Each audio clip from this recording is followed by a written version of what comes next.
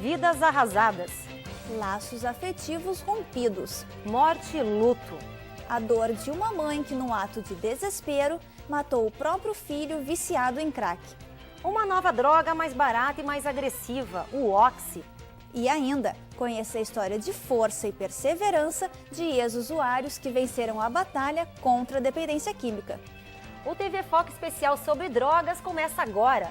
Fique com a gente.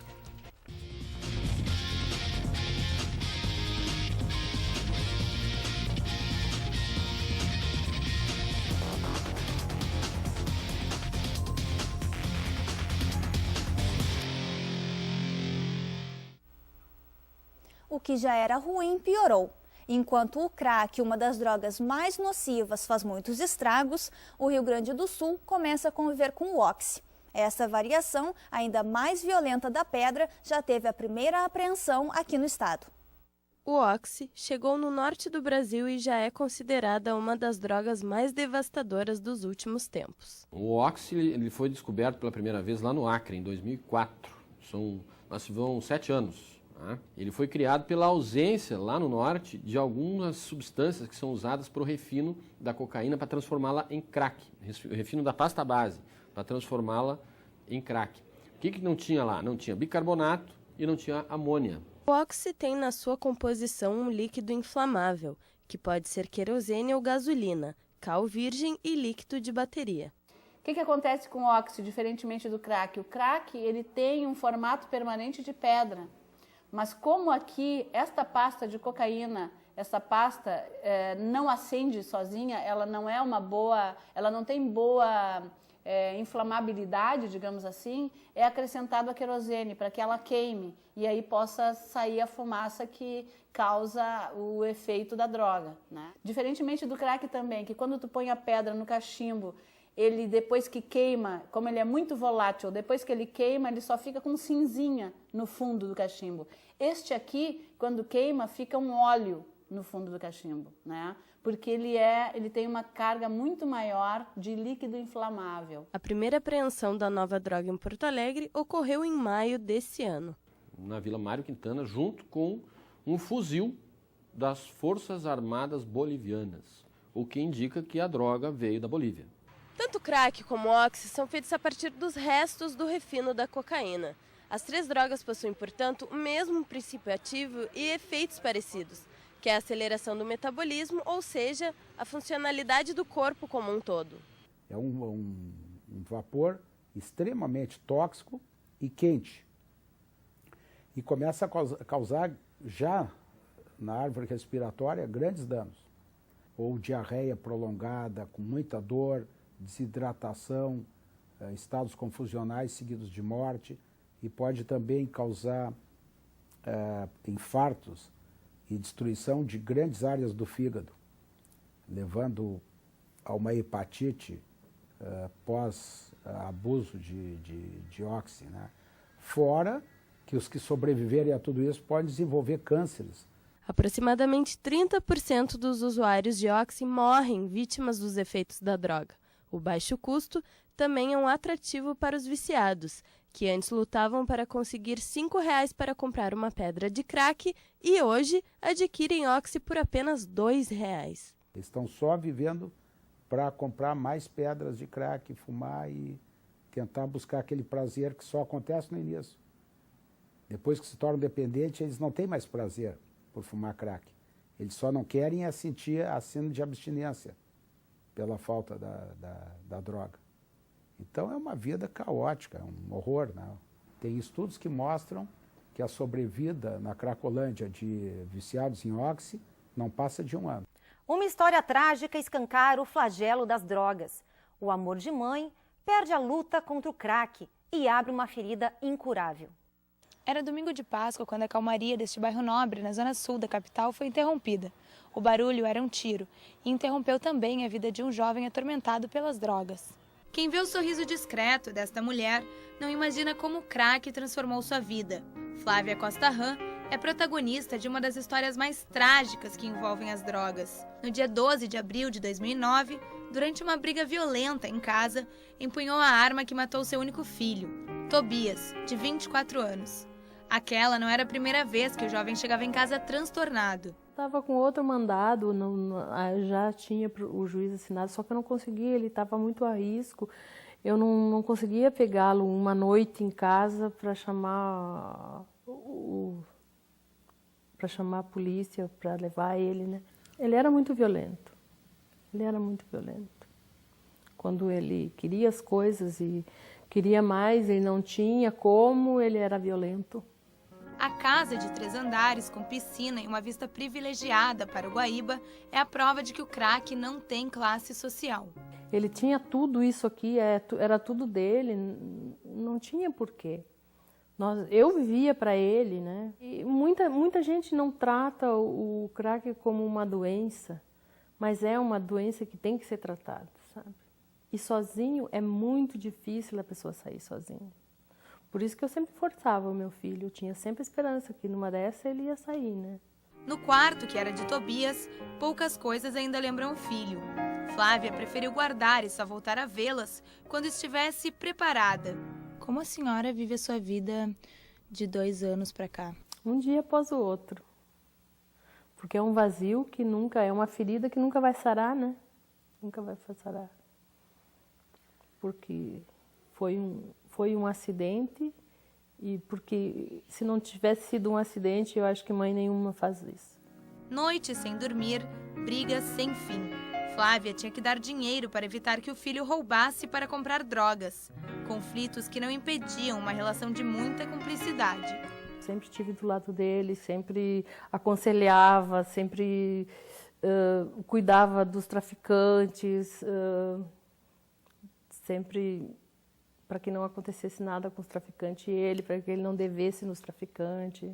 Isso eu sempre tive do lado dele, sempre tive um medo que às vezes acontecesse alguma coisa. Depois da Páscoa estava planejada uma nova tentativa de tratamento. Flávia tinha uma ordem judicial que autorizava outra internação forçada, o que nunca aconteceu. Eu digo que está na cabeça de cada um. As pessoas que têm força de vontade conseguem sair. Mas quando a pessoa não quer, é muito difícil. O meu filho nunca quis. A gente está tão desesperada no momento assim de ver o filho emagrecendo cada dia tomando mais droga, passando mais noites em claro, né? E não tem mãe, não tem pai, não tem filhos que sejam mais importantes que o crack para eles. Isso é muito triste. A curiosidade do filho e a facilidade em conseguir a droga foi o início do capítulo mais triste da história dessa família. Infelizmente, um capítulo que não tem fim e que vem à tona sempre na vida desta mãe. Mãe sofre sempre e fica sofrendo. Ele sempre às vezes me dizia assim: mãe, eu vou sair dessa, eu ainda vou te dar orgulho.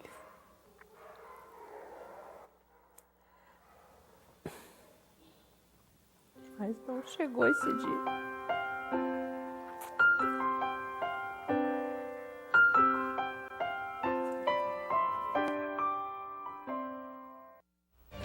No próximo bloco, você vai conhecer entidades que prestam serviços de graça para tratar dependentes químicos. E ainda, eles provaram que com muita força de vontade é possível superar o problema das drogas. Nós já voltamos.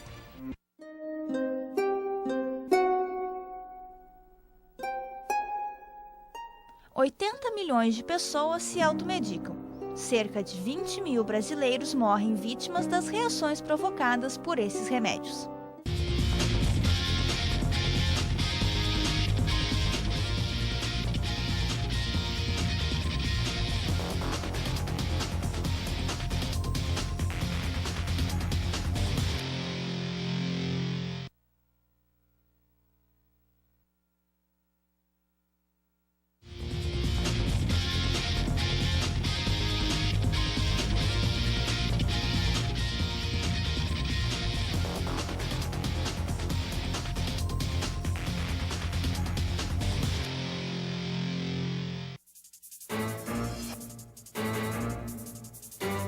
Ao utilizar heroína, além de causar danos ao cérebro, à respiração e aos pulmões, o usuário que compartilha seringas pode contrair doenças infecciosas, como AIDS e hepatite. O primeiro passo é a força de vontade. Conheça o trabalho de uma equipe multidisciplinar que garante atendimento para quem quer se livrar das drogas. A única exigência é a dedicação. Cerca de 9.825 pessoas são internadas no Brasil todos os meses por causa do vício nas drogas. Depois da desintoxicação, elas devem procurar centro de ajuda como este. O tratamento consiste primeiramente num acolhimento individual, onde se faz uma escuta sobre qual o problema que o paciente está trazendo, né? E também avalia qual é o grau da dependência que o paciente apresenta no momento que chega e os riscos que ele tem, né? Existem 243 centros de atenção psicossocial para álcool e drogas como esse espalhados pelo Brasil. O Ministério da Saúde estima que cada um atenda cerca de 300 pessoas por mês. Além de atendimento médico particular, eles recebem apoio psicológico. De acordo com a situação, para o terapeuta, e esse terapeuta vai se encarregar de fazer o plano de tratamento individual. Aí, dependendo, que nem eu falei, das questões apresentadas, ele vai vir todos os dias, determinados dias da semana. Nós temos pacientes que ficam aqui horário integral, outros só um turno. Quando o paciente procura ajuda, tem em média 42 anos.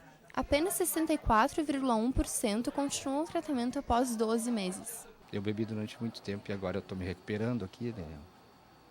Há faz 1 ano e 7 meses que eu estou aqui. Já estou bem estabilizado, mas como se diz que não tem cura, que é uma doença que não tem cura, então a gente procura sempre manter o tratamento. O acompanhamento da família traz resultados mais rápidos e concretos. A Jussara, mãe de um paciente, já frequenta o centro há 1 ano e meio. O meu filho já teve muitas internações, o caso dele é bem grave, mas quando ele saiu de casa por 1 mês, eu procurei um outro grupo de apoio na Aranon.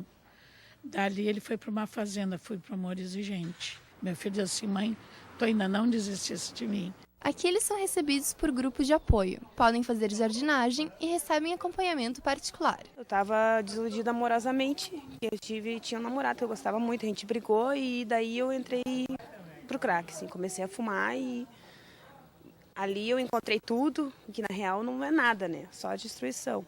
Já estava perdendo tudo, já tinha cavado um poço e estava cavando para os lados, né. Então, graças a Deus, eu consegui enxergar a tempo e me reerguer, né? Porque tava muito horrível. Meus filhos mesmo falando pra mim: ô mãe, por que tu não larga essas drogas, né? Olha só, tem uma guria bonita, tem tudo pela frente. Graças a Deus eu consegui, sabe? Tô fazendo tratamento. Não é fácil. Todos os dias é uma batalha pra gente. Mas eu tenho bastante ajuda aqui, tem minha família, tem meus colegas. O caminho é longo e complicado, mas é possível sim viver longe das drogas. Conheça agora a trajetória de 2 pessoas que largaram o vício e hoje são exemplos de superação. Acho que eu tinha uns 10 anos, conversando com um colega de escola que trouxe que o irmão dele usava maconha. Daí ficamos curiosos assim, saber o que aquilo provocava, né, e por que as pessoas usavam. E perguntando para o irmão desse colega, ele disse que era uma sensação um pouco parecida com a do álcool, só que não dava aquele enjoo e aquela tontura. Então eu comecei a vender dentro da escola e tudo, inclusive terminei saindo da escola por isso, por ter traficado lá dentro e tal. E a partir daí, aos 14 anos, acho que eu experimentei pela primeira vez a droga injetável, né, que foi sal de anfetamina. Depois tive experiência com Pervitin e por aí foi. Eu usei drogas, cocaína injetável por muitos anos, né. Esse é Carlos Guarnieri, ex-usuário de drogas e que há quase 10 anos abandonou o vício. Apesar da mudança de hábito, ele ainda guarda frustrações. Minha mãe sempre teve muita paciência e muita esperança, nunca me pressionou, assim, sempre esteve aberta para conversar, mas eu nunca quis muito conversar sobre o assunto. Tive problemas com a família que eu constituí, daí, né? Também terminei me afastando da minha família, dos meus filhos, tenho até pouco contato com eles, muito menos do que eu gostaria, né? Carlos consumiu diferentes drogas por quase 25 anos. Foi preso por tráfico de cocaína e passou por um grande período de reflexão. Ele garante que o pior não foram os prejuízos ao corpo, e sim a consciência. Quando eu estava usando cocaína injetável, por exemplo, comecei a ter efeitos como a paranoia, a desconfiança, o mal-estar. Aí me propus de usar de 15 em 15 dias. E aí chegou um momento que eu não sabia se aquele fim de semana era o de usar ou de não usar, e eu vi que não estava me fazendo tanta falta, né? Então, a partir daí, eu terminei parando de usar. Eu nunca fiz nenhum tratamento, assim, nunca usei medicação. Para o dependente químico, a história lhe deixou um saldo positivo. A mudança na filosofia de vida fez com que ele pudesse ajudar jovens que convivem com as drogas. Também a gente busca a rede socioassistencial da região onde mora esse menino, essa menina, que também já tem mais um pedaço da história. E aí a gente vai montando um quebra-cabeça, né, com o que a rede de atendimento traz e com o que o menino traz também. De ex-usuário para conselheiro, Carlos considera a supervalorização do crack na mídia um grande erro. Isso que a mídia passa, que depois que entrou nunca mais para, usou uma vez e vai usar para sempre, eu acho que isso prejudica tanto a pessoa que está usando drogas, que se ele vai ver aquilo ali na televisão, ele vai dizer, bom, não tem jeito mesmo, então vou parar de lutar contra e vou me entregar, né? Porque esse é o meu destino. Segundo dados do IPE, o consumo de drogas ilícitas no Brasil cresceu 172% entre os anos de 2000 e 2007. A OMS estima que 39 milhões de pessoas sejam usuárias de drogas no mundo. E de cada 10 dependentes, apenas um se recupera. Na época que eu era adolescente, algumas drogas nós não tinha, né? Era mais o que tinha mesmo, era maconha, né? E o álcool, né?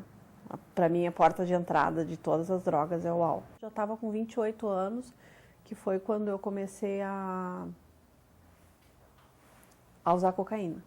Aí sim. Aí uma coisa levava a outra. O álcool levava a cocaína levava o álcool. Mãe de 4 filhos, Fernanda fez tratamento em clínicas, mas garante que a maior motivação está nos grupos de ajuda. Os meus companheiros de AA, para mim, assim, eu tenho contato, assim, fora do grupo também, né? Tem pessoas que eu selecionei ali e que essas pessoas são da minha confiança e que quando eu não estou muito bem, eu posso ligar, eu tenho essa liberdade para ligar a qualquer momento, 24 horas, né? Dependente de álcool e droga, ela admite que chegou a perder o controle da vida. Eu nunca vou saber o que eu causei realmente, né? Principalmente na cabeça dos meus filhos, né?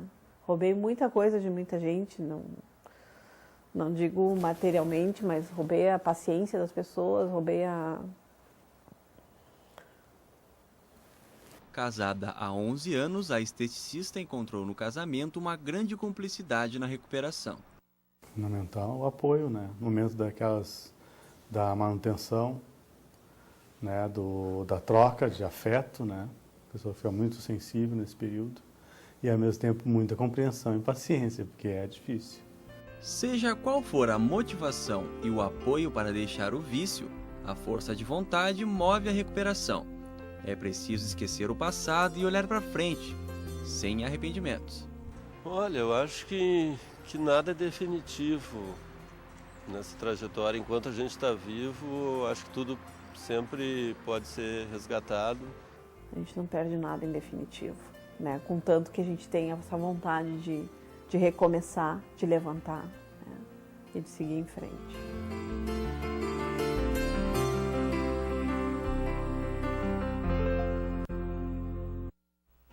O TV Foca volta na semana que vem. Se você tem alguma sugestão de pauta, mande uma mensagem para o programa. O nosso e-mail é tvfoca@pucrs.br. E não perca nosso conteúdo no canal do TV Foca no YouTube. Lá é possível ver as reportagens das edições anteriores em www.youtube.com/tvfocafamecos. E nos siga no Twitter, @tvfoca. Até a próxima edição.